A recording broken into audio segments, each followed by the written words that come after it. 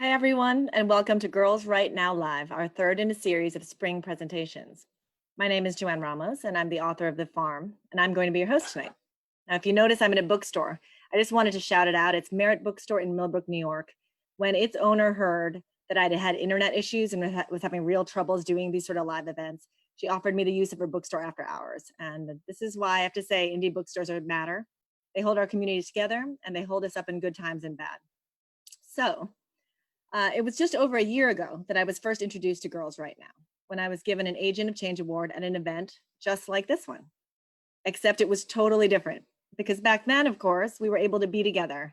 We were shoulder to shoulder in a big room in a museum somewhere in uptown Manhattan.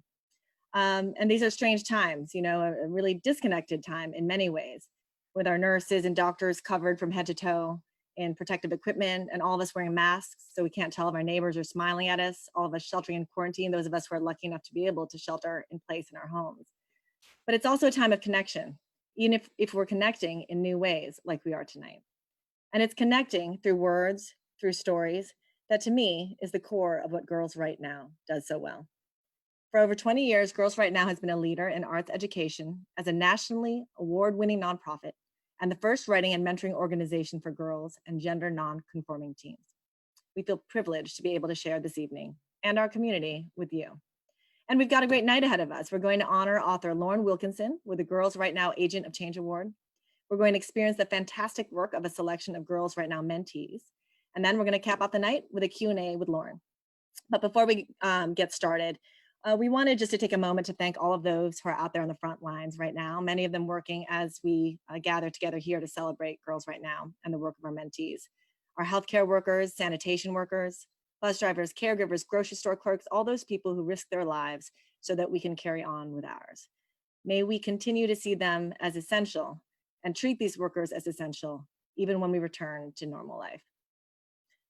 We'd like to thank the media for keeping us informed in this critical time, our state and city leadership, and of course, a thank you to our dedicated Girls Right Now staff and board, our mentors and mentees, and our key partners, Girls Right Now Agents of Change corporate sponsors Dutton, Fresh, NBC, RBC, Warner Media, HarperCollins, and Houghton Mifflin Harcourt, to name a few. The generous donors from our Girls Right Now Circle, and to all of our government agencies from the NEA to the New York State Council on the Arts to the New York City City Council. We're all contributing to keep our community healthy and engaged and supported. Now, before we get to hear the work of our talented mentees, I wanted to introduce Lauren Wilkinson, whom we are thrilled to honor with the Agent of Change Award. Lauren's debut novel, American Spy, is a spy thriller based on true events. Ta-Nehisi Coates calls it clever, bracing, darkly funny, and really, really good. Now, we're honoring Lauren first and foremost for writing a great book, but what Lauren's done is more than this. She takes a story that's propulsive and that really sucks you in, and a protagonist, a strong woman of color whom you've come to care about, and she explores big issues: race in America, gender in America, power in America. I got to know Lauren because we have the same publisher, and we spoke on a panel together before our books even came out. It was last year, early in the spring. Now, we're both debut novelists. I was really nervous on that panel. Lauren didn't look nervous at all, but she admitted to me later that she was. And the third person on the panel was this established, very nice, established older male writer. Now, whether because he was more confident than we, because he had done this a million times before, or because he was more confident that people wanted to hear him talk, he dominated that conversation. To the point that when I was on the elevator leaving afterwards, two women from the audience came up to me and said, "Young lady," even though I'm not even that young, but they were older, "Young lady, it's not enough to sit at the table and be invited to sit at the table. You got to own your space and own your success." And then flash forward 7 months, and I'm on another panel with Lauren after we've both been on book tour, a literary festival in New Jersey. And 5 months after that, dressed to the nines with Lauren in Los Angeles, because both of our books were up for the NAACP Image Award. And I have to say, that panel that I did with her in New Jersey and seeing her in LA were two of my favorite moments on my book tour. And I think it's because I just love hearing what Lauren has to say. And how she continues to question the world, even as her book has been such a big success, as she writes for a TV show. She continues to be someone who cares and questions her place in the world. If you're someone like me who believes that stories matter, then you also believe that storytellers matter. And I at least know, and I know Girls Right Now believes that the world is a better place, knowing there's storytellers like Lauren in it. So I hope you join me in giving a warm welcome to our Agent of Change, Lauren Wilkinson. Hi, everyone. Hi. So first off, I'd just like to thank you all for being here during such a stressful and unprecedented time. And I want to remind you all that however you're feeling right now is perfectly okay. If you're feeling sad or anxious, that's okay. If you're feeling guilty because you don't feel anxious or because you're not sure you're even feeling the right thing, remember that there is no right way to feel. Personally, I've been feeling extremely petty lately. I started a ridiculous argument with my boyfriend this week because he uses the word restroom and I say bathroom like a normal human being. Now, that's not a thing I'd care about under normal circumstances, but these aren't normal circumstances. Obviously, none of us has ever dealt with anything like this before. To start off, I'd like to thank everyone at Girls Right Now for inviting me to speak this evening.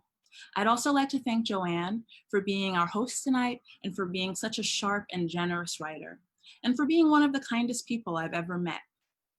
What an inspiring group of young people.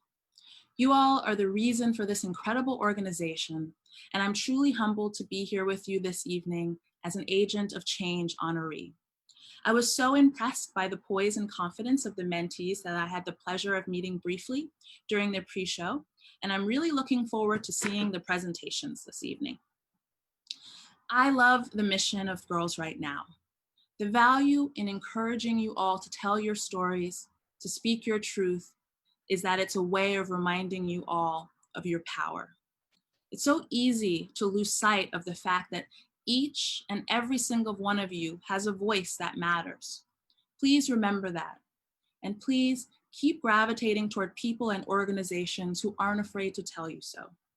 Plus, it's truly a gift to have someone in your life who you consider a mentor, because that kind of relationship is a fantastic tool for helping you develop a strong sense of who you are. Frankly, in that regard, you all are light years ahead of where I was in high school. I'm going to offer you some advice at the end of the speech, but it comes with a caveat. I mean that I'm going to tell you something that I wish I'd been told when I was in high school, but I want to be honest with you about the kind of high school student I was first. I got really bad grades in high school. To be clear, I'm an author and I'm currently writing for a television show. I'm a professional writer, but I got D's in English because I wouldn't read the books I was assigned. I grew up here in New York. I went to Bronx Science. My mom grew up here too, and so did my grandpa. Being a teenager here was intense for me. I felt like I grew up faster and was exposed to adult issues and concerns much earlier than the kids from smaller cities and towns that I ended up going to college with. Maybe some of you identify with what I'm saying because I think that's generally true for a lot of young women and non-gender conforming youth. I grew up fast, but I really struggled with trying to figure out who I was and with being confident about what I liked to do. I really liked writing stories, but I got a little too caught up in comparing myself and my talent to the talent of my friends. Comparison is the thief of joy. I think that if I wasn't as good as a friend at writing, then maybe I just shouldn't do it anymore. I piled all of these ideas onto myself about having to be the best writer in the world if I was going to be a writer at all. But it didn't occur to me to just listen to what my heart was saying, which was actually a very, very simple thing. You like to write, so do this thing because you like it. Anyway, back to the advice that I wish I'd been given when I was in high school. It's this: learn how to listen to yourself. And actually, to be totally honest, now that I'm thinking of it, I'm sure that smart adults probably did tell me that, but I wasn't in a place where I was willing to listen, because only now do I really see the connection. Now that I'm 35, I think that I did so poorly in school because I was trying to figure out who I was and what I wanted on my own terms. And doing that and doing what I was being told to do by my teachers didn't seem like figuring anything out on my own terms. I was being unnecessarily self-destructive and silly when there was a much easier way to be.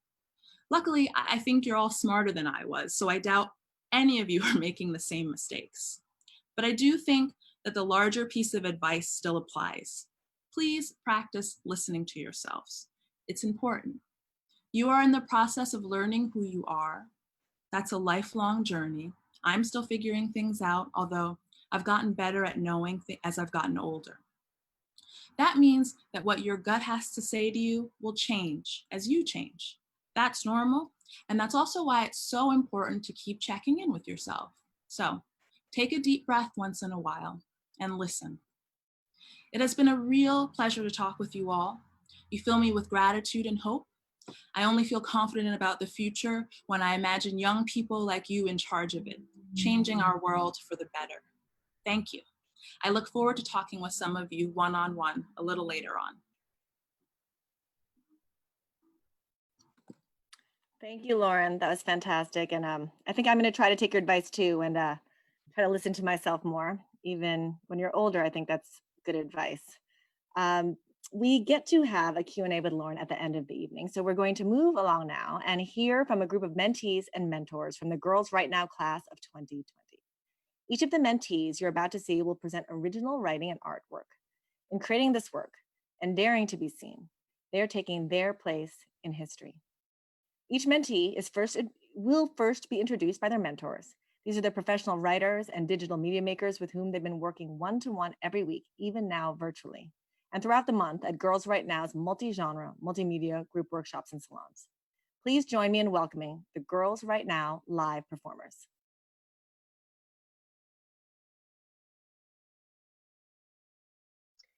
Hey everyone, Deanna Monroe here and reporting for duty. I'm not even official enough, but I get to bring you a student superhero by day and a K-pop fanatic by night. Her name is Elizabeth Fuentes. This year, I've watched her balance her family's life in one hand and her future in the other. I've watched her begin sketching her name in history books and be as authentically herself as possible in the process. Capturing her mind and the world one frame at a time, here is How is a Diamond Made? Thank you for the wonderful introduction. And good afternoon, everyone. I'm Lisbeth, and today I will be presenting my piece in where I was inspired by my personal college essay to create a short film about my life experiences and how there's light at the end of the tunnel. So I hope you all enjoy watching it, and thank you.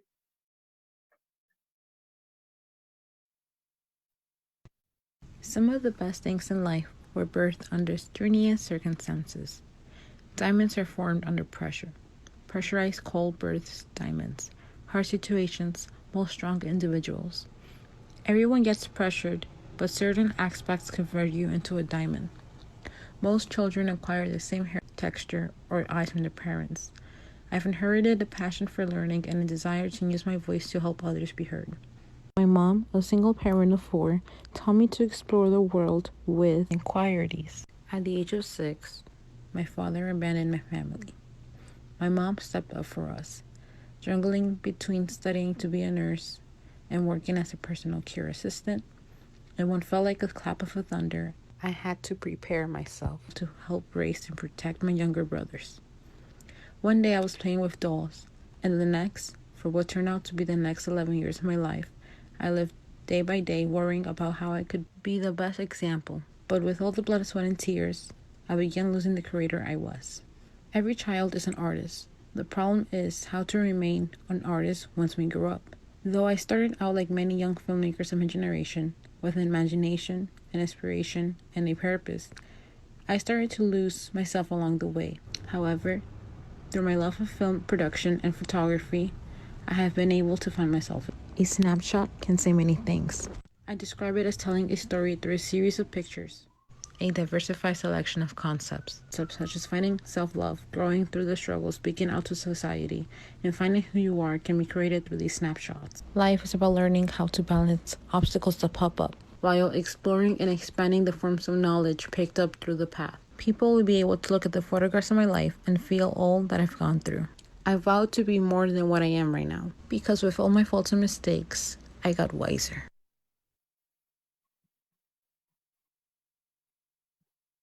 Thank you, everyone, for watching.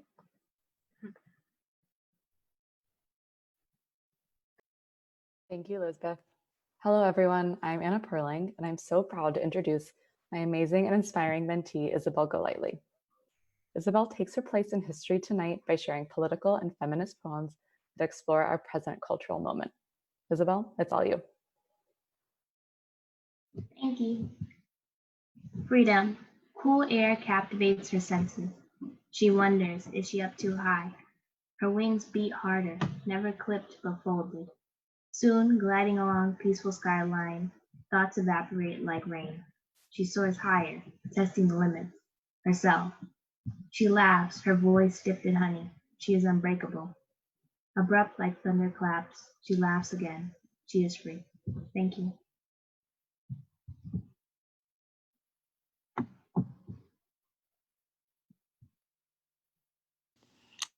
Hello, my name is Nicole Jones, and I am thrilled to introduce my mentee, Kathy Wang. Kathy is an extraordinary young woman and a true joy to know. She's already taking her place in history. She's the daughter of immigrants, a big sister, a translator for her family, a volunteer at her school and in her community, and she's a wonderful writer. Thanks, everyone. Hi, I'm Kathy, and today I'll be sharing a mystery piece. It's called Springfield Cemetery, and I hope you enjoy. When I bike to school and back every day, I would always have to pass by Springfield Cemetery. For a cemetery, it was surprisingly cheery from the red and white flowers that adorned the rows and rows of graves. Mr. Porter, the groundskeeper, made sure no grave looked empty. As I stopped and visited at least once a week, every afternoon, we would talk every now and then. He told me that bringing flowers always made the spirits happy. One day, I was riding home from school as usual and looked into the cemetery out of habit as I passed. Almost instantly, I noticed a grave that was just a little hidden by the vegetation. It was out of place, and then it was a new one, and super odd, as Mr. Porter said himself that Springfield was crowded. There was a man standing over the grave. He was extremely tall and thin, wispy looking, almost as if the wind could pick him up and drop him off somewhere miles and miles from here. It was winter around this time, but the man wore no overcoat, just a simple black turtleneck and jeans. He wore no shoes.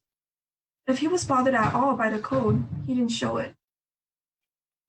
Despite fear nipping at my sides, I decided to approach the man, curiosity getting the better of me. My mother would be yelling at me right now, telling me to stay away. But paranormal things weren't exempt from an inquisitive nature. He looked strange far away and stranger up close. He had half a mustache and looked awfully familiar, but I couldn't place a finger on it.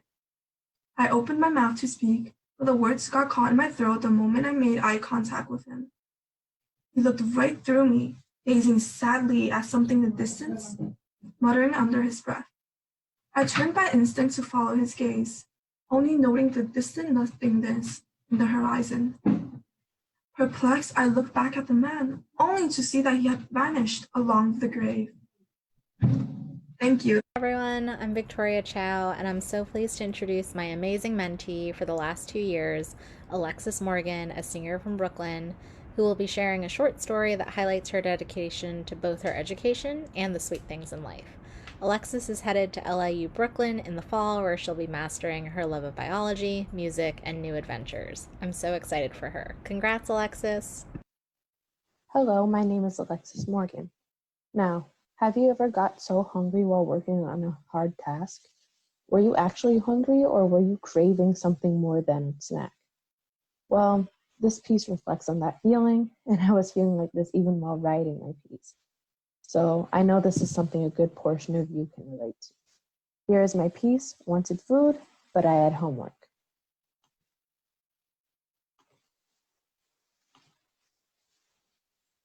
I hadn't eaten a good meal in so long. All I wanted was a cornucopia of delicacies. A supreme pizza and a box of a dozen Krispy Kreme donuts, something, anything. My stomach turned from content, peaceful being into a ferocious beast with every growl. There was only one thing holding me back: homework. I stared at the endless textbook pages, the blank notebooks. Every question blew a dusty fog in my brain, which left my mouth parched and in need of some crisp, ice-cold refreshment, like a nice cold glass of lemonade. But then I started to think of what I actually craved. Was I jeopardizing my chance of improving my skills because of greed? Because of thoughts of cheeseburger deluxes and a giant cup of Sprite? I wanted something so much that I truly forgot what I truly needed: an education. I wanted food, but I had homework. Thank you. Thanks, Alexis. Hi, I'm Jude Wetherell, and from day one of our mentorship 4 years ago, I have been so privileged to witness the ongoing development of the Blake Caniglio Extended Universe. Blake is a creative force of nature, and I know that their love of language, their bravery, their belief in their vision, and their collaborative spirit will lead them to great accomplishments in the world of speculative fiction.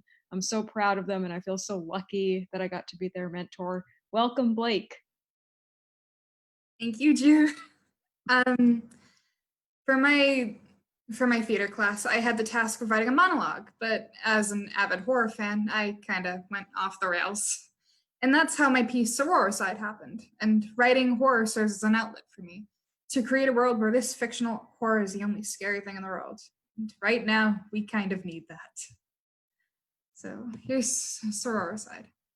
I am alone at my twin sister's funeral. My parents remain at the other end of the aisle, placed on her finger, a gift from our parents. I hated her. She was the pinnacle of it all: perfect daughter, straight A's throughout her education, and a well-respected member of her field. All the charity work in the world beneath her belt. Even the most brutish of people couldn't hate her. I watched her worm her way into people's lives like an infection, a plague of false smiles and pearly white fangs. And then there's me, college dropout, unpaid intern. I was always nothing next to her. She loomed over my life, a shadow of everything I never could be. I left a trail of failure in my wake, sticky on my shoes. But all she had to do was exist. Every single word they wanted to hear, her breath never wasted. My lungs were filled with heavy nonsense, a chokehold on my throat before I could utter anything. But now I can't even breathe. The knowledge in the pit of my stomach wasting away on the tip of my tongue and rotting me from the inside out. But she died because of my mistakes. And I bet you're wondering, what the hell does that mean? Then ask her. Blame her for jumping right in front of that truck. Taking the blow meant for me. I was supposed to die. I was supposed to make it right. No one ever wanted me. It was all her. Like the universe was carved and shaped for her. And how could I live if nobody gave me life in the first place? Now here we are, sitting in a church, staring at her if that 14-wheeler didn't tear her apart into a mangled abomination of roadkill. Innocent face hiding her perfect head. Now I'm left with what she left behind, which is nothing but a world torn from its light, its hope, well, judging by the crowd. Out of the corner of my eye, I see people begin to approach my parents, quiet murmurs and mumbles of condolences. Nobody gives two shits about me. And who would? I'm what's left behind, the ugly reject, something made in the shape of her. And when we were younger, we would do that twin thing. Swap clothes, share a hairstyle, and act like our parents could still tell us apart. I was her, and she was me, and nothing could take that from us. And it felt so nice to be her, to be loved like she was. And is that so wrong to ask? All my life, I've been kicked, discarded, invisible, thrown around like bottom of the barrel garbage. Maybe I just wanted to be loved. What gave her the right to be the golden child, flawless in anything and everything? Maybe I wanted to be the golden child, to be loved, to be priceless. She knew what love was. She was treated like a national treasure, perfect little darling from day one. Every single facet of her life gave her admiration, respect, love, attention. And she can give it to me. One last gift from Sister Dearest. It's time I take what's rightfully mine. And I am alone at my twin sister funeral once again. The pews are empty, the church is dark. The casket has been closed and fastened. The body within is stripped of its life, its rights, its definition. The ring is on my finger. It's mine. It always had been mine. All I had to do was take it. Thank you.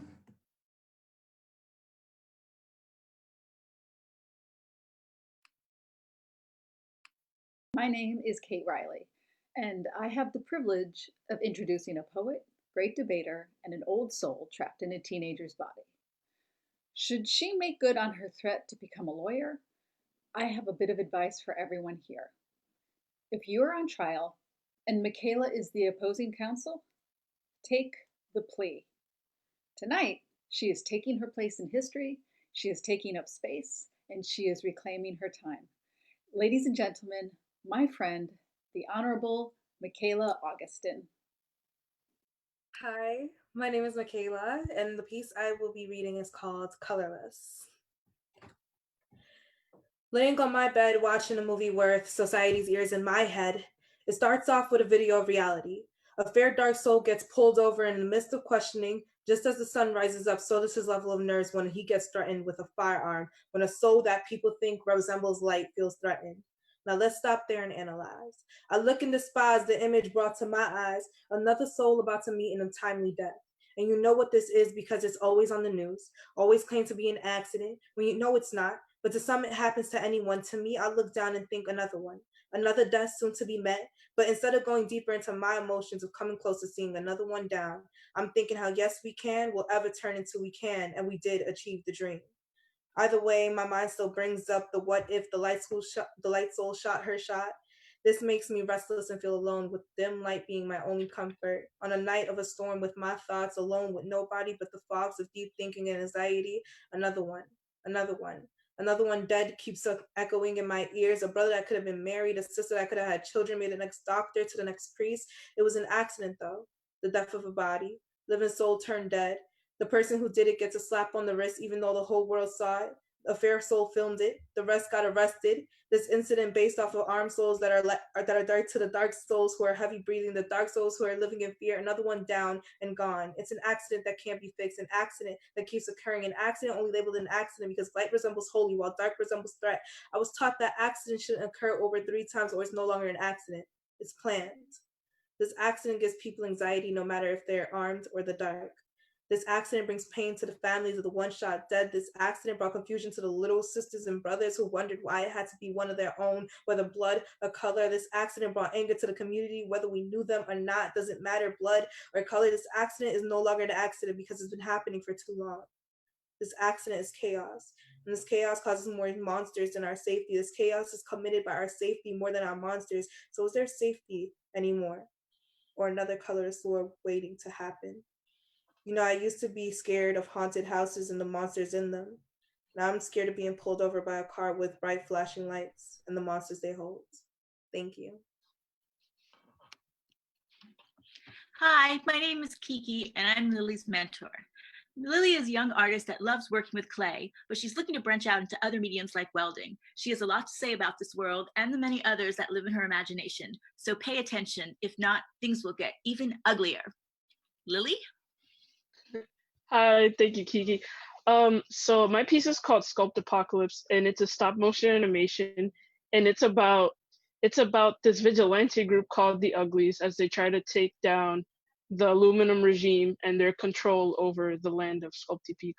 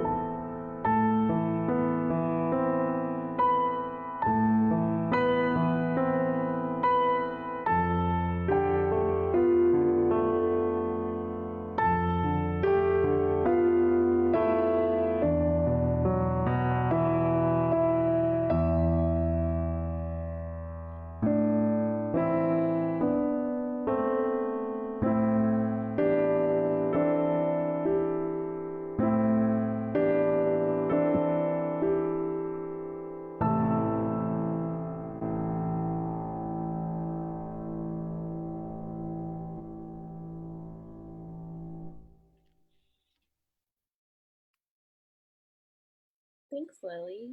Hi, my name is Stephanie Kiryuki, and I'm so excited to introduce my mentee, Vicky Hunt. Too many young women have been dismissed because their contributions weren't considered worthy enough. Well, Vicky won't be one of them. She's written something that is a reminder that we should listen when young women speak, for their words have the capacity to change the world. Here's her piece called You're Too Young, You Wouldn't Understand. Too young, you wouldn't understand. This is for anyone who's ever heard or said the phrase, you're too young. It's for the generation before me, after me, and most of all mine. It's for all my friends who are frustrated daily by the adults in our lives, and for the adults in our lives who forget what it's like to be young. There has been a time in everyone's lives when they've heard or said the phrase, you're too young. To me, there are two main issues with this phrase. First, pointing out my youth. Second, shutting me out of the conversation entirely. Pointing out my youth implies that I am too young and too inexperienced, that someone my age can't empathize or understand the situation. Wisdom and empathy do not necessarily come with age. We are all humans. We all have basic wants and needs and emotions. Things are not the same as they were a long time ago. Kids my age are exposed to the horrors and the dangers of life, from mass shootings to dealing with severe mental illnesses. We've seen a lot. We know a lot. We've been through a lot. I am old enough to have my opinion and have it heard. At the end of the day, we were all young once, but no matter our age, we should be heard. For example, I love true crime podcasts, and in many of the cases, there are two sides to every story.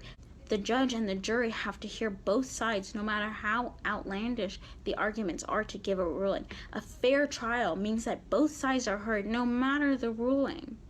I have a right to share my opinion. You don't have to agree with me, but it should be heard. To all the adults, it's easy to forget what it's like to be young, but that's not an excuse to ignore me. And to everyone my age, the next time someone says you're too young, stop them in their tracks and say, at least do the right thing and hear me out, because you never know, I might have something insightful to say. Thank you.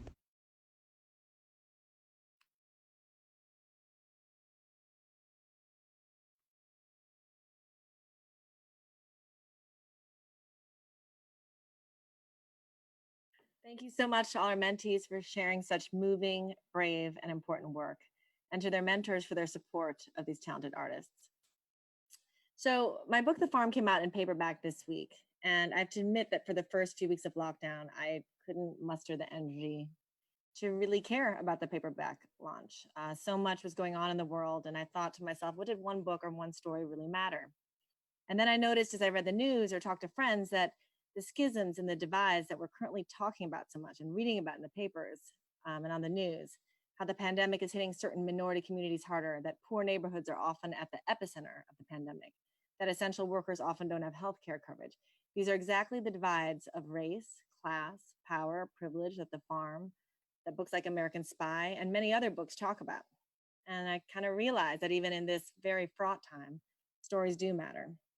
We asked our Girls Right Now Instagram followers to answer the question, why do writing and storytelling matter during a pandemic?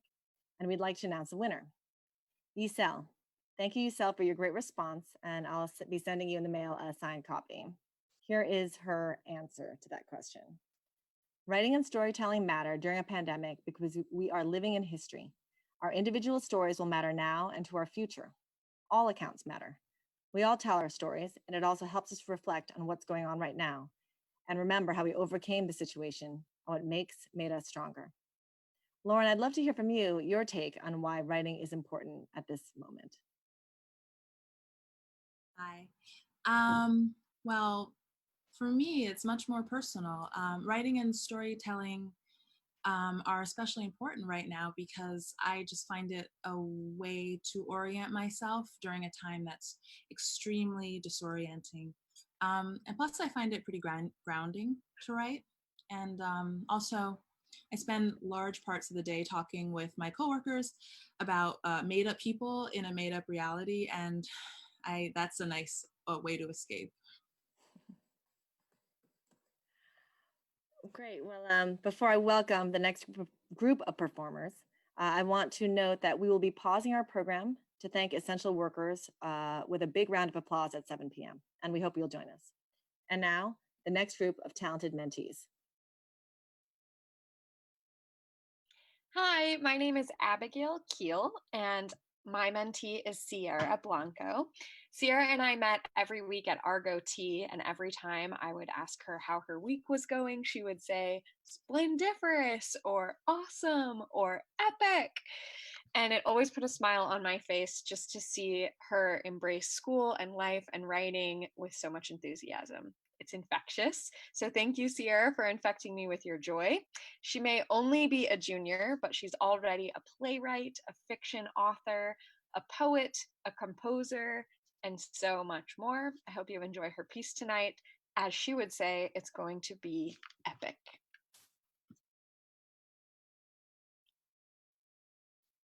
Hello, and thank you everyone for joining us tonight.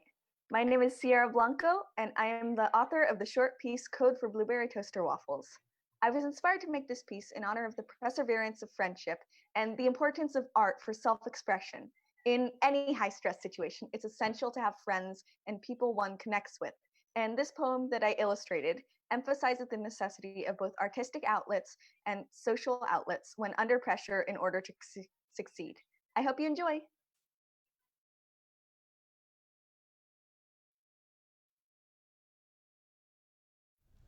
My last interest, I catch her tripping, piano girl, eyes hooded with excitement, exhaustion, talking depthly about blueberry toaster waffles like they are code for salvation, maybe in her code, in her blood, and because I don't like her like I thought about liking people, but oh, fool me to think there was such thing as perfect attachments.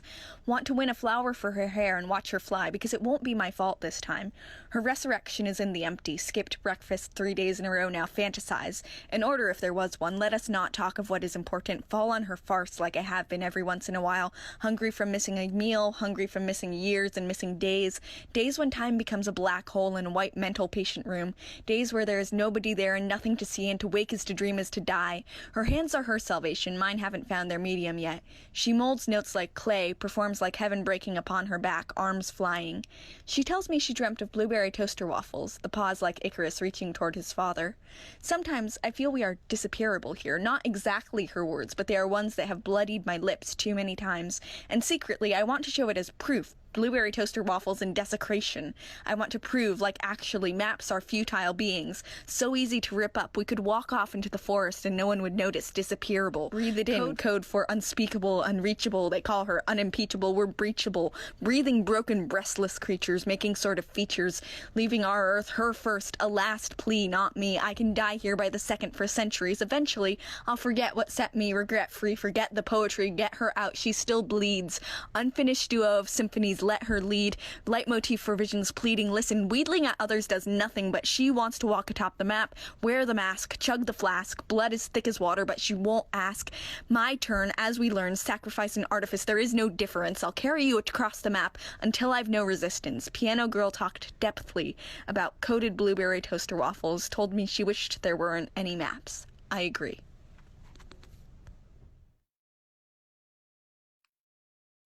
Thank you. Thanks, Sierra. Hi, everyone. I'm Megan McDonough, and I'm proud to introduce my wise and talented mentee, Maribel Jimenez. In her own words, Maribel isn't just a girl behind a camera. She's a photographer. I've seen her work, and it's true. Her photos tell stories, and they're stories we don't often get to see. Earlier this year, she actually turned her home into a studio and directed a series of horror portraits with her friend as the subject. This poem is the story behind that shoot. Here it is. Thank you. Let's play around a game of sleep paralysis. It's time to go to sleep. Our dreams become nightmares, living in a boat with fear. Fear loves to play around, and you're scared to see the reality. And dreams are the longest 2 minutes of your life. Now your body is half asleep and half awake. There is a hand wrapping around your neck, but you don't notice. You out of breath. People don't know it's real or just a dream. Blood covers in your hand and dripping. The blood and the taste of blood is a Cheeto sauce. There is a gun in your hand. It sparkles through the body. The body becomes yellow when you touch it. Is real or is the devil trying to play mind games? Being afraid of the dark, it started as a child, and humans think is a shadow, and we go crazy. The body is trying to wake up, but it's triggering your mind. When you awake, nothing happened. Nightmares start to play around with you. Thank you.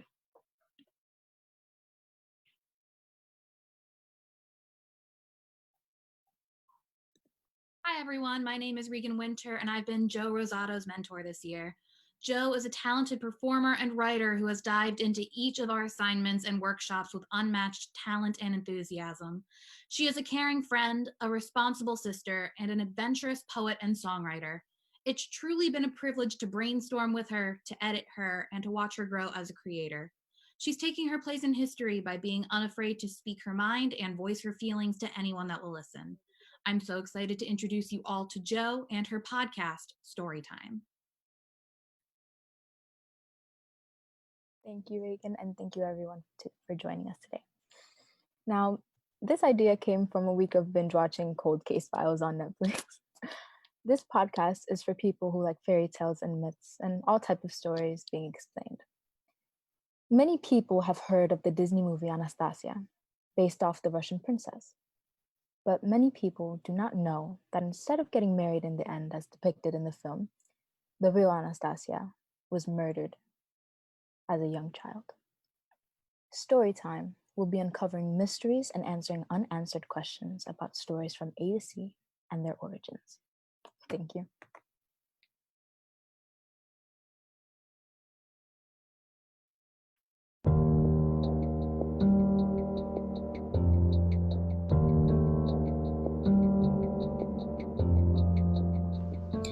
Hello there. Welcome to Storytime, the podcast where we sit and analyze our favorite tales. My name is Jo, and I'll be your host. Now, I'm not a professional historian, but I do have an avid love for stories and the backgrounds behind them. New episodes will be uploaded every Tuesday and Friday.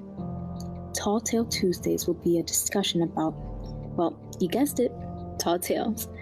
Each week, a new guest will tell one of their favorite childhood stories, and then together, we'll uncover the truths behind them. Then, on Foul Play Fridays, I'll be diving into your favorite murder mysteries to show you evidence you've probably never seen before. In our first episode, we'll be discussing the murders of Arnold Rothstein in 1928 and Isidor Fink in 1929. Arnold was a kingpin of New York's Jewish mob. He is well known for potentially rigging the 1919 World Series. In 1928, Arnold was shot while entering a good poker game at the Park Central Hotel.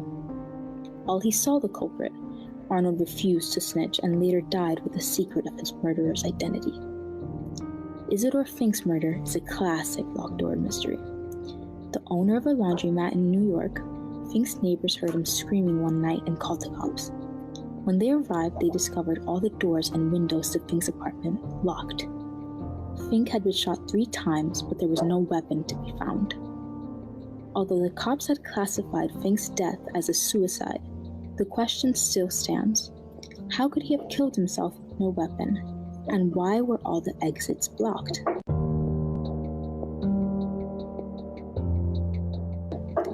I'll be investigating further and will share all my theories next week on the first episode of Storytime. Until then, that's the end of this chapter, my fellow story weavers.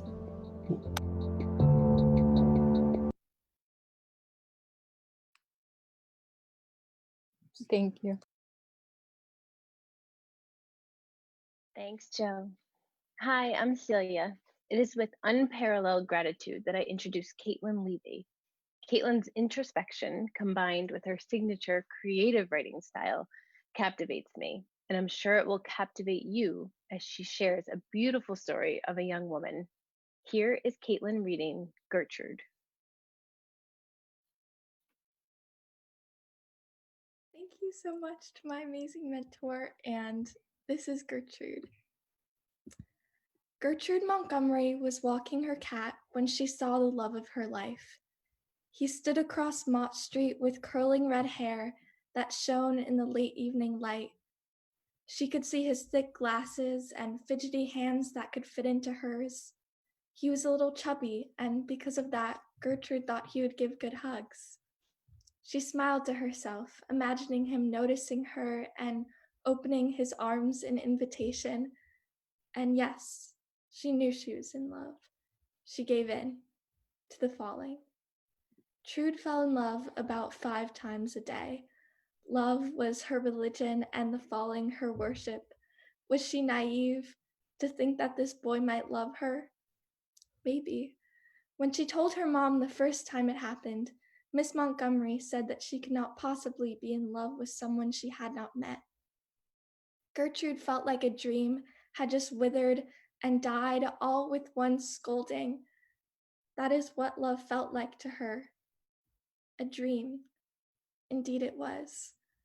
Trude stood on that street in upstate New York and felt the blood rush through her. Her body tensed. The rosy glow around the stoplight faded, and she pulled Fergie along, who purred in silent protest. She neared closer and closer to that curly red hair, and suddenly she was almost 6 feet away from James and thought that she might die. That's what he was called in her head. James.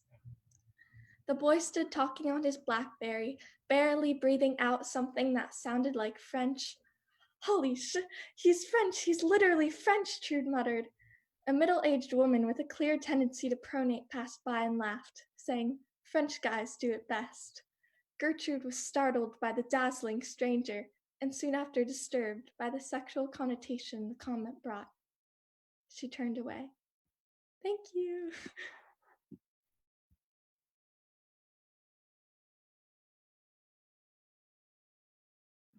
Hello, everyone.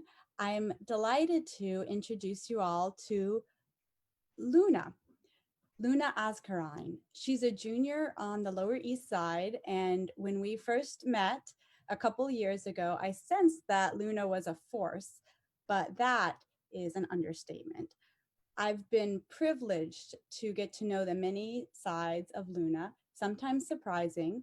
She is a dedicated friend, a thoughtful reader and editor, a fearless performer, and truly an ambitious and sensitive writer. Luna has been working on a series of stories about her family and her relationship with her family. They have been touching, observant, and funny in a uniquely Luna way. Now you will get to hear one of those stories, and I hope you enjoy it as much as I have. Here's Luna.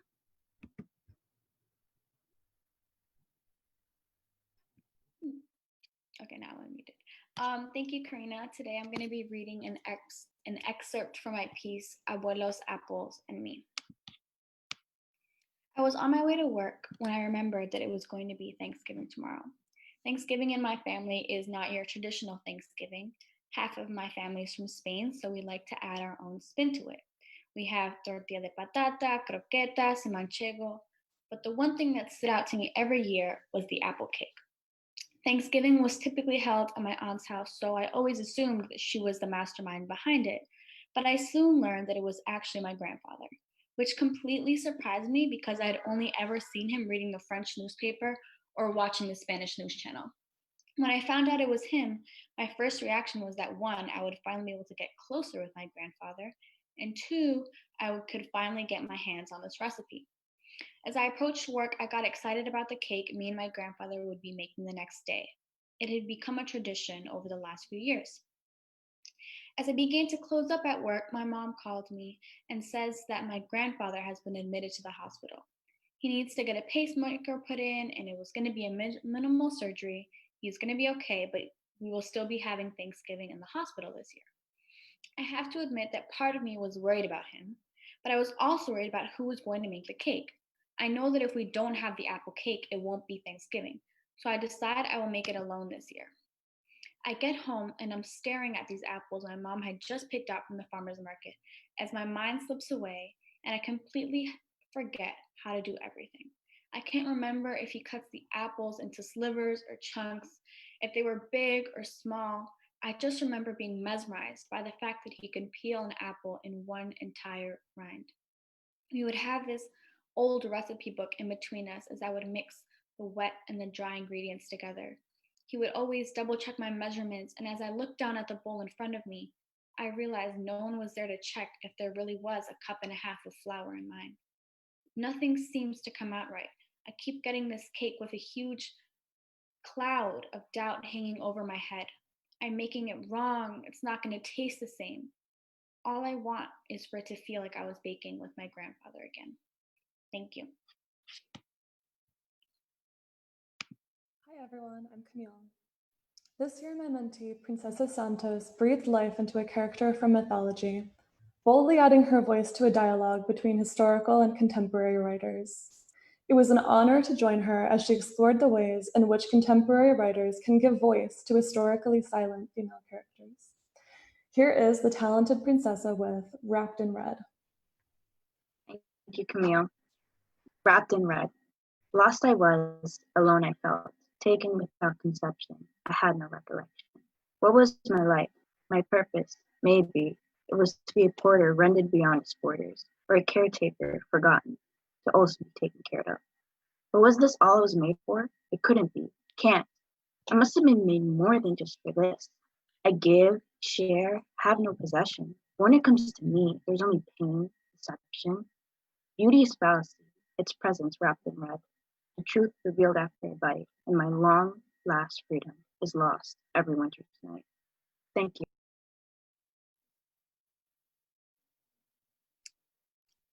That's beautiful, Princessa. Thank you. I'm going to hand it over to Joanne, right? At this point, I think, because we don't have enough time for the next entry at this point. Right, so now we're going to take a pause to applaud our essential workers and frontline workers.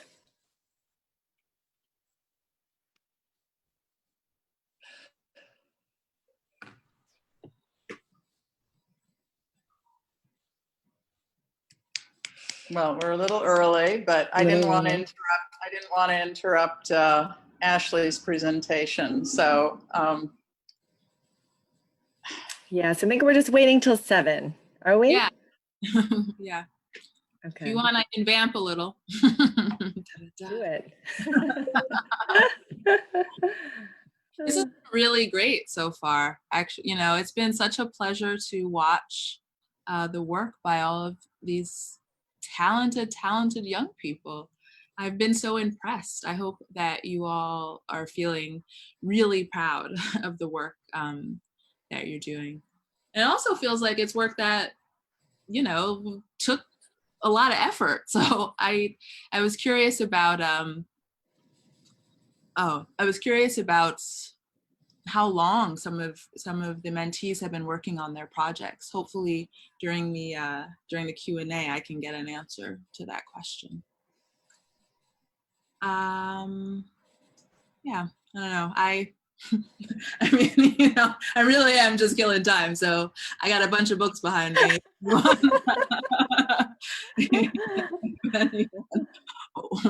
Wants to talk. I can actually hear. I'm curious if other people can hear it out their window when 7 o'clock hits. I can hear it. I'm on the Lower East Side, like one of the mentees, and generally I can hear people banging pots when we start. 7 now. 7. Yep. So why don't if you could join me in applauding our frontline workers. Gallery view.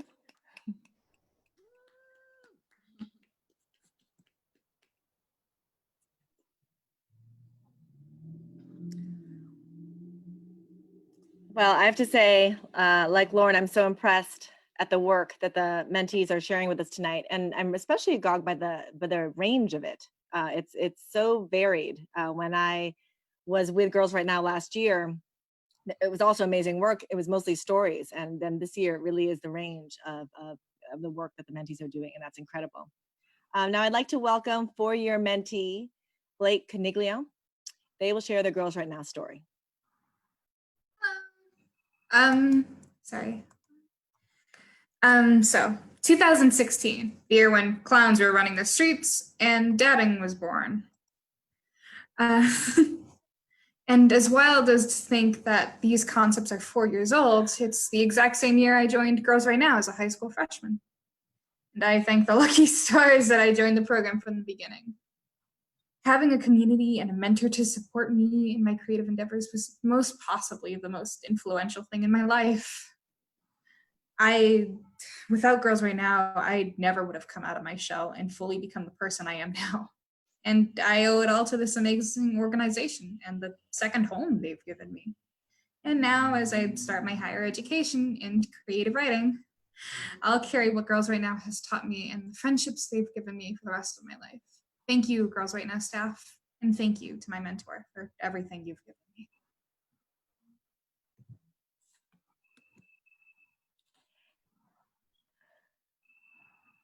Hi, everyone. I can still hear them outside, but we're going to resume at this point. Ashley Soto and I met in the fall, and the time has flown by. We've talked about everything from Japan to cats to medicine to colleges, and yes, of course, about poetry and writing. Ashley's going to make history. She'll be the first member of her family to go to college. It's been a joy and a privilege to get to know her. Ashley, I know you'll go far. I can't wait to see what you'll do next. Over to you, Ashley. Good evening. My name is Ashley Soto, and I will be presenting my short film, Dreams.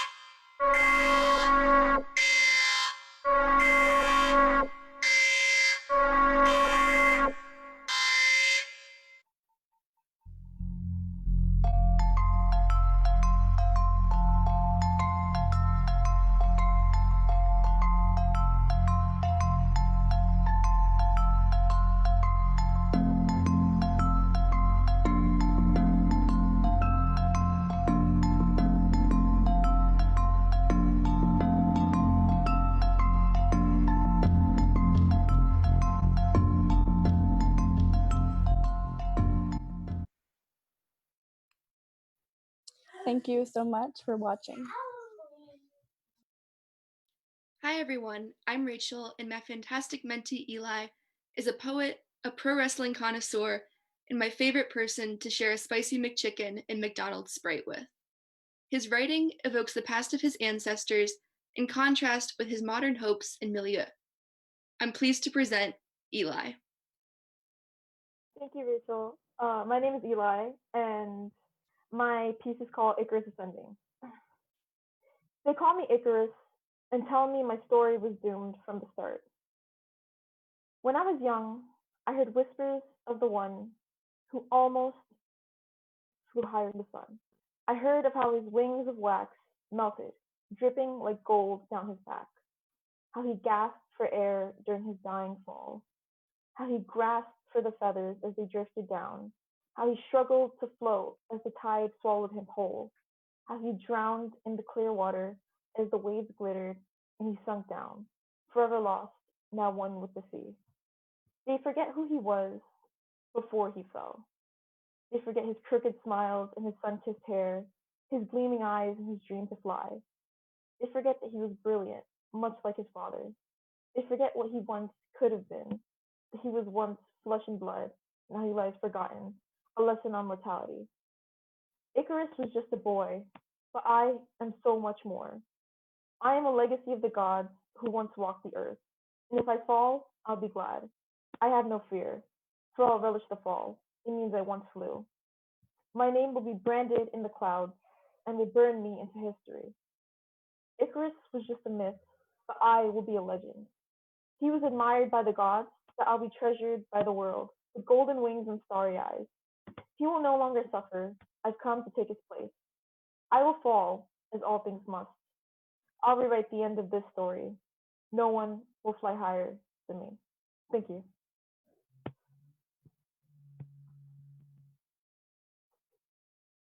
That's fantastic. Thank you for sharing such great and powerful work. Well, this is the time in the night when I am going to ask for your support of Girls Right Now. But first, a quick story. When my kids were younger, we had a nanny who helped us when I was then in journalism, when I was at work writing. She's a Filipina like me. She raised and is raising 3 kids alone. And it was really through my friendship with her and a number of other domestic workers I got to know that inspired me to write The Farm. But last year when I was going to the Girls Right Now gala and I was going to receive this Agent of Change award, I invited my nanny's oldest daughter to come along. She was then around 15, really nice, capable, and very, very, very shy, the kind of person who ducks her head all the time and just doesn't want to be noticed. And I thought it would be great for her to see all of these young people, all these people like you mentees and your relationship with your mentors and all that you've done together. And she didn't show up. And her mom later told me that she and her daughter had decided that it didn't make sense because she would just be embarrassed and she wasn't like all of these mentees who were so confident and smart and good at writing. And it struck me that this was the story that my former nanny's daughter told herself. And maybe she didn't yet know how to tell herself a different story. And it really encapsulates for me the largeness of what Girls Right Now does. It's mentorship and it's connection and it's skills, but it's more than that. It's the confidence and the agency to tell your story powerfully and to tell it and own it. And I think that's something enormous. And so we ask for your support. Any size matters, big or small. You can make a donation through girlsrightnow.org or right here on Facebook using the donate button. And with that, I'd like to welcome our final group of Girls Right Now performers.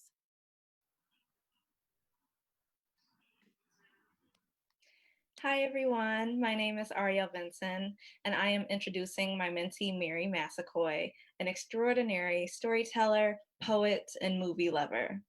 Her erasures ask what it means to be Black, to be free, to have a fraught place in history, but still be brave in a society that often oppresses people of color. I'm so proud of you, Mary, and I know you'll continue to be a shining star. It's all you.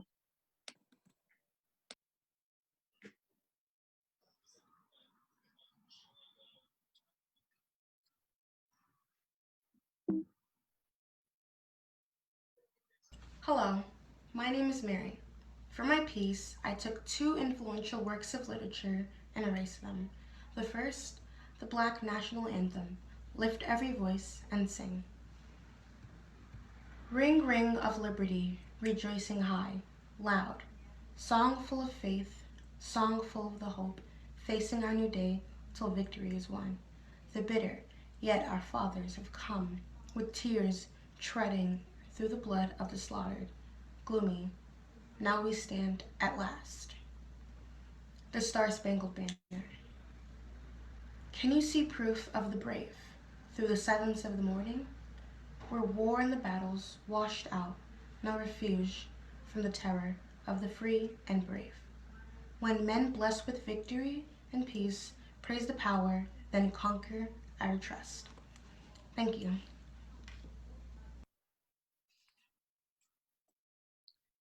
Hi everyone, my name is Kay Weinstein, and today I have the pleasure of introducing my mentee, Cheyenne Cuthbertson. I have absolutely no doubt that Cheyenne will be taking her place in history. As I've gotten to know her over this past year, it has become more than clear that she is a unique force of joy and creativity like none who have come before her. Go ahead, Cheyenne.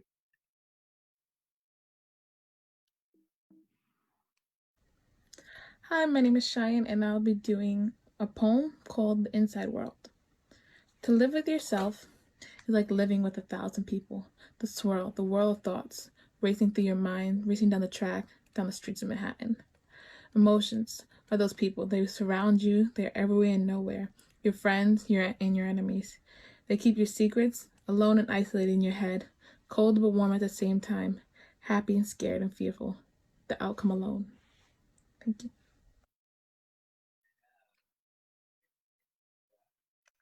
Hi, I'm Lisbeth Rodriguez. I'm a community coordinator at Girls Right Now, and I'm introing the next mentee, Jada Dent, on behalf of her mentor. Her mentor unfortunately couldn't be here, but what Jalissa wants you to know about Jada is that Jada Dent is taking her place in history by being a fearless emerging female writer. She's not afraid to shed light on the inner thoughts of humanity. So I will pass it on to Jada now. Hi guys. So the piece that I'm sharing tonight is a stop motion animation called The Reality of Death, which is based on a poem that I wrote. The topic of the piece is something that is very close to me, and I'm just hoping that anybody who has experienced the same situation or feels the same way can relate to this.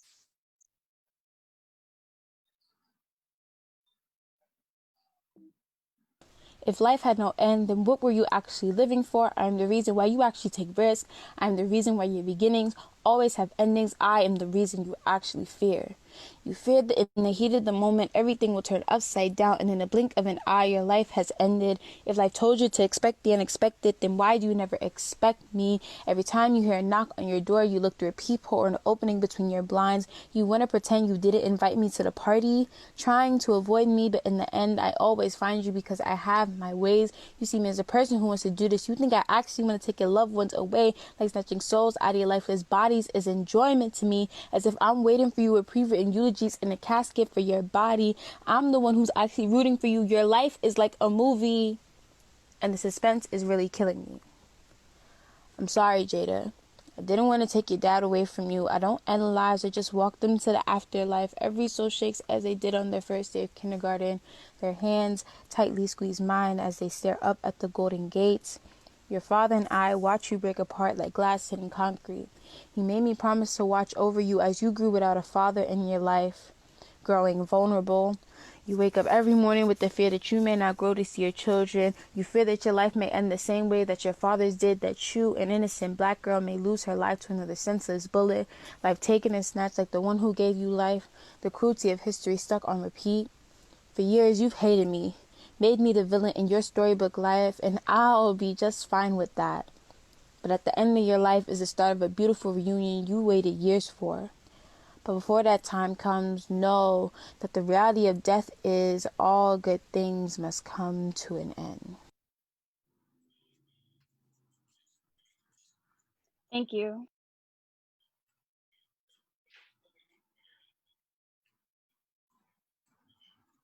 Hi everyone, my name is Sioma, and I'm so excited to introduce my wonderful mentee, Victoria Gao. Victoria is truly the hardest working 16-year-old I've ever met, and I have no idea how she juggles schoolwork, extracurricular activities, hobbies, and her amazing writing. I have to say she inspires me to make the most out of every day, and especially my planner. It's been a pleasure getting to know her over the past year and watching her grow more comfortable in her writing, and I can't wait for you to hear her very timely piece in all its glory. This is Victoria with her short story, Epiphany.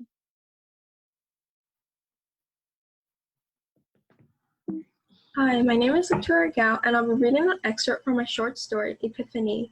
It's about a young woman trying to discover her true purpose in life. Sunlight shines through the reflective windows of Helen's workspace in the late afternoon. A group of software engineers separated by gray cubicles is coding on their computers. Helen sighs as she runs her code. Error messages keep popping up. All the features must work before they present to clients in 3 days. As the late afternoon darkens to early dusk, it's time to show the team her work. The male engineers nod and move on to what they've accomplished for the day. The boss compliments the men for their work, but pulls Helen aside. He asks, "Can you stay later to finish the rest?" Helen barely gets out the words, "Yes, see you tomorrow," before he walks away. For the first time that day, Helen leaves the office. A light breeze wafts through the cool summer evening, keeping Helen's mind off of her menial tasks and upcoming deadlines. The refreshing smell of pine trees brings Helen back to when she hiked the Adirondack region with her college classmates. They collected plant samples and analyzed data to measure the effect of pollution on the environment. She enjoyed contributing to the greater good and working with people who shared her interest in ecology. As she approached the end of college, she spent grueling hours applying job after job with little prospects. Finally, Mr. Monet from Western Pharmaceuticals got back to her. The luxurious office building and Mr. Monet's mentorship reeled her in, but the facade wore off quickly. She promised to stay at Western Pharmaceuticals until she found her dream job. That was 3 years ago. Helen realizes what she truly wants is a job where she can actually make a positive impact on people's lives. The next morning, Helen scours the internet for any job that might fit her criteria. She notices an advertisement from a company, the Environmentalist Foundation, that works toward reducing waste and manufacturing eco-friendly products, looking for full-time senior software developers. It sounded almost too good to be true. She rushes to complete the application and submits it with fingers crossed. 2 days later, Monet presents the work that his team created to their clients. It's a hit, yet none of the software engineers are credited. Helen's phone buzzes from an email notification. It's the director of the Environmentalist Foundation, Dr. Ada Kent. Helen is giddy with excitement and can't stop smiling. As she stands up to leave the auditorium, she feels a sense of freedom. Thank you.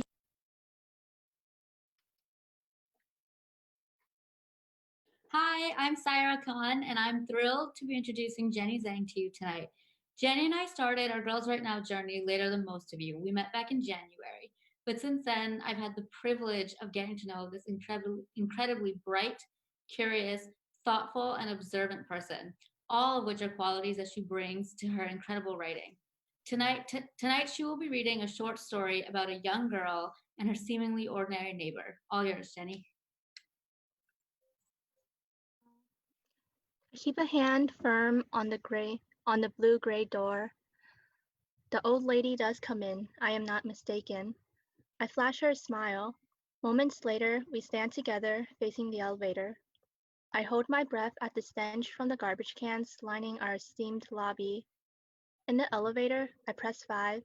She reaches over, presses 7, twice. Her large finger misses on the first try. I see the rows of heavily creased fat on her fingers and her thick, no-frills nails, all yellowed and inch long. She catches my stare and smiles back like a struggling child, lips pulled back, corners turned down. There is a mark above her teeth, dark and indented. I'm staring. I stretch my lips and reorient my eyeballs. The elevator feels rickety. It was broken for the past 3 months, fixed just last week.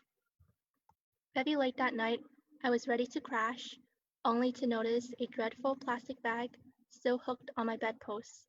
I responsibly trudged to the dumpster on the first floor, unashamed of my hospital gown, pajamas, and matching pink slippers. I take the stairs. Mom tells me not to ride the elevator alone. A floor down, a fragile-looking lady casually smokes by her door. She has those smoker hands, and is probably younger than she looks. It is a terrible first impression. Our building supposedly smoke-free, and I certainly did not appreciate the secondhand lung damage. She looks to the ceiling as I pass. The woman is nowhere to be found on my way up, though the smell lingers. Tobacco smells nice occasionally, a thought I beat up upon realization. I could grow used to anything. The next morning, I beseech Mom to tattle to the landlord. My family likes to stay out of trouble, as we are used to, and the hazard soon slips my mind. I leave to buy breakfast. A young lady holds the elevator for me. I scurry down the hallway to catch the ride. I flash a grateful smile. The elevator lands. The young lady penguin walks down towards the blue-gray door. lugging a huge bag of laundry behind her. She turns back before she exits, flashing me a familiar, awkward grin. A dark mark stares back. Thank you. Thank you, Jenny. Hi, everybody. My name is Caroline, and my amazing mentee is Afiwa. Working with Afiwa has been the highlight of my year. She's taught me about podcasting, poetry, what it's like to be a high school senior today. It's super, super busy. Her home country of Togo, and even, as you'll hear, how to make tomato and okra soup.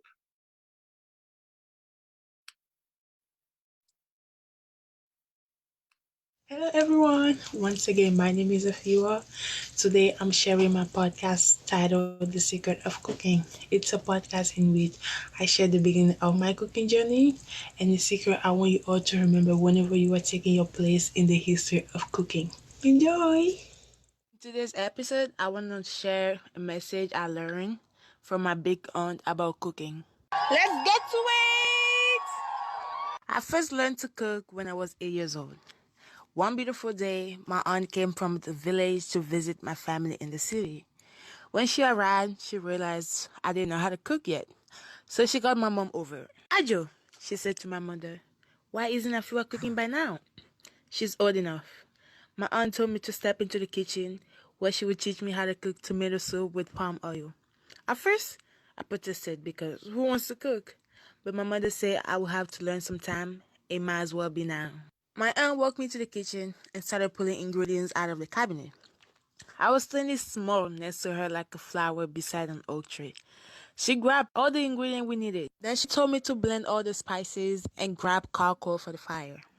We started cooking. It was a whole process, but it was worth it. After all this work, I had the first taste of my award-winning tomato soup. Whoa, this is so yummy, I said. I'm not sharing with anyone. I wanted to save the rest of the soup to eat the next day, so I left it on the kitchen counter. When I woke up the next morning, guess what? It was gone. Where's my food? My soup is gone. I started crying. I rushed like an antelope to my mother and asked the whereabouts of my soup. She told me she shared the rest with my family. I was so upset. The soup was for me, myself, and I. I waited all day for my aunt to come home from the market so I could tell her about my unfortunate adventure. The sun was already descending under the houses and trees when my aunt opened the gate and stepped into our house. As soon as I saw her, I ran to her and told her what my mom had done. Auntie! Mom finished my soup. I saved it so I can eat it today, but she finished it. I said all at once without taking a breath. My aunt's response that day has stayed with me ever since. It's fine, Afiwa, my aunt told me. Food is meant to be shared, and we can always cook more soup. That's fantastic. I want to try your soup as well. And all that work was fantastic. Thank you to our performers. The work tonight show the fully integrated Girls Right Now curriculum, multi-genre, multimedia, multi-platform pieces that show the way that we write today in the real world. Now, before we begin our Q&A, let's have one more big round of digital applause for all of tonight's amazing storytellers who shared their incredible work. And just a reminder, as we're nearing the end of the night, that if you wanted to support the young people that you've heard tonight and others like them, it's as easy as going to our website, girlsrightnow.org, or right here on Facebook using the donate button. And to stay in touch with the Girls Right Now community after tonight, you connect through this website as well, and also on social media, Instagram, Twitter, and Facebook. And stay tuned for new virtual craft and industry writing workshops that are open to the public, as well as enrollment for both our intensive year-long program and our Writing Works program. Now, as promised, our Q&A with Lauren. We'll be taking some audience questions as well, so be sure to ask those in the comments.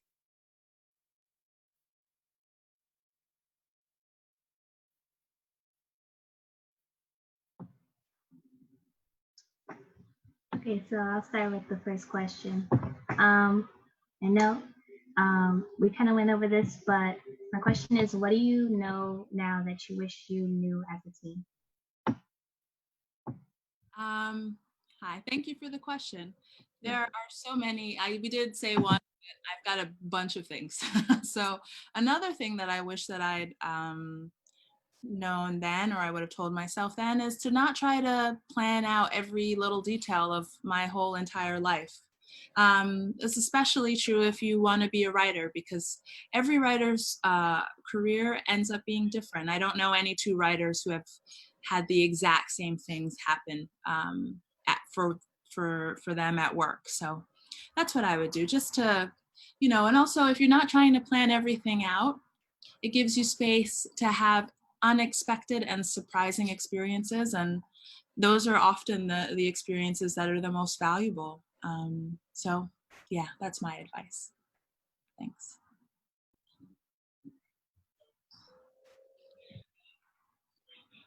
Hi, I'm Caitlin. It's so nice to meet you. What I was wondering about is you talked a lot about kind of figuring out who you were all throughout your life, which is something that I'm definitely dealing with, and I really appreciate you talking about that. And I was wondering how you sort of found yourself as a writer and found your voice, and whether those two things, finding out who you are as you're blossoming into adulthood, but also finding your voice, if those two things sort of intersected. Yeah, I think so. I mean, one thing I wanted to say is, like, your story really resonated with me, because I wrote a story about someone, the first story I ever had published was about a person who's spying on their neighbor, and she's watching her dentist take her cat for a walk. So I thought that really, I really liked that. I think you have to start thinking of it as a journey. There's no one moment where you'll find your voice, or one moment where you'll realize you've started your career as a writer. It's a series of events. It's it's a thing that you're always sort of moving toward and working toward. I really felt that my voice was important, and I tried to cultivate it. But the more I tried to write like myself, paradoxically, the less I was actually doing it. So I ultimately, what ended up happening for me was I just let it come out the way that it that I wanted to, and then people were like, "Oh, you found your voice." So yeah, that was my experience with it. Lauren, I have a question for you, which is, you've been out now with the book for, I guess, a year, right? And it's it's a very private act, writing, and then you share it with the world. What surprised you most about the process of bringing your work into the world? And were there any reactions from readers in particular that surprised you? It was more vulnerable an experience than I was anticipating. I felt like I'd worked so hard for this thing, and I was so happy to have a book in the world, but it also made me feel a little bit exposed in a way that I wasn't anticipating. So there wasn't too many too many reader reactions that like surprised me, but I did really enjoy, or I still do always really enjoy when readers are generous with me. When they say, "Oh, I really took the time with this. I really liked what you were trying to do." Or my favorite thing is when someone will have this really, really smart theory about what I was doing in the book, and it was totally their own theory. And then they'll turn around and say, "Hey, that was so cool that you did that." And I'm like, "Yeah, thank you. I definitely did it on purpose." That's a type of generosity that I really, really appreciate. So that's been very nice part of having a book out in the world. Okay, sorry, I have to add one more. How different is TV writing? I know that TV writing, you're in a writer's room, but how fungible, or how much of your novel writing works its way into what you're doing now? Or is it just a very different thing? Well, both of the shows that I've written on are spy shows. So, I think that's actually why I got the jobs, because they were spy stuff, spy genre. But it's other than that, it's pretty different because, I don't know about you, but I suspect it's the same. It was very isolated writing a novel. I was alone most of the time and, could work in my pajamas. I didn't really have to articulate my ideas to anyone else. My editor read my stuff, but that was it. A writer's room is very different. It's the skill of being a writer, but it's also the skill of being able to express what you mean very quickly to a room of like 6, 7, or 8 people. And, getting back into, after spending several years working in your pajamas, getting back to having to put on pants and go to an office, have coworkers again. That was definitely a transition for me, but it's been a lot of fun. Also, just geographically, just one last idea I was realizing as I was speaking. Both rooms were in LA. So for me, my experience now has been I associate TV writing with California, and I associate books with being in New York. So yeah. Great. Well, thank you, Lauren. Thank you, Lauren, and thank you for your candidness, and thank you for the mentees who shared their questions. I hope that all of you will mark your calendars for May 15th. That's our next Girls Right Now live event, featuring another dazzling lineup of talented mentees and our next Agents of Change, the authors of The Book of Rosie from HarperCollins, Rosaira Pablo Cruz, and Julie Schwietert Collazo. And every Friday this spring, when the Girls Right Now community isn't performing for you, we're inviting you to write and learn with us during our Friday Night Salon series. You can find details about these virtual events on our website, which you've probably memorized by now, but I'll have to say it one more time, girlsrightnow.org. Thank you all for joining us, and until we meet again, stay healthy and safe.